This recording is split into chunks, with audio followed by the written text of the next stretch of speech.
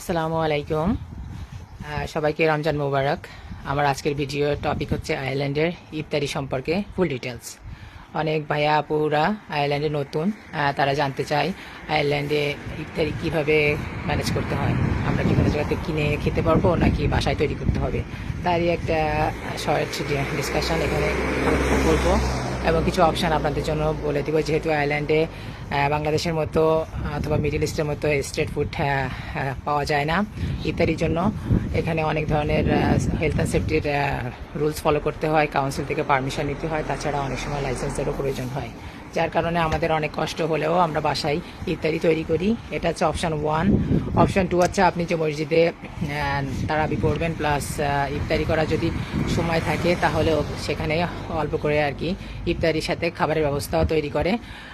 আমাদের সমস্ত মানে মুসলিম কমিউনিটি যত ভাইয়ারা আছে তারা এক একদিন ইফতারি দেয়।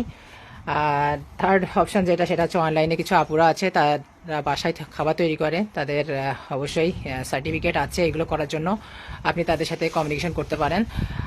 আপুদের ফেসবুক পেজ আছে অথবা আমাদের বাংলাদেশ কমিউনিটি যে পেজ আছে সেখানে হয়তো আপনার কোয়ারি দিলে আপুরা আপনার সাথে যোগাযোগ করবে। নেক্সট যে অপশন সেটা হচ্ছে বাংলাদেশ কমিউনিটির যে ফ্যামিলি আছে অনেক সময় ইফতার পার্টি বাসায় অর্গানাইজ করে, যদি আপনাকে ইনভাইট করে আপনি সেখানে ওয়েলকাম টু জয়েন। আর নেক্সট ওয়ান হচ্ছে যেটা, অনেক বাংলাদেশি রেস্টুরেন্ট আছে তারাও ইফতারির ব্যবস্থা করে।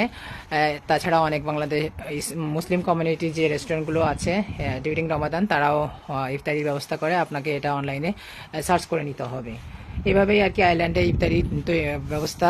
সো সবাইকে রমজান মুবারক।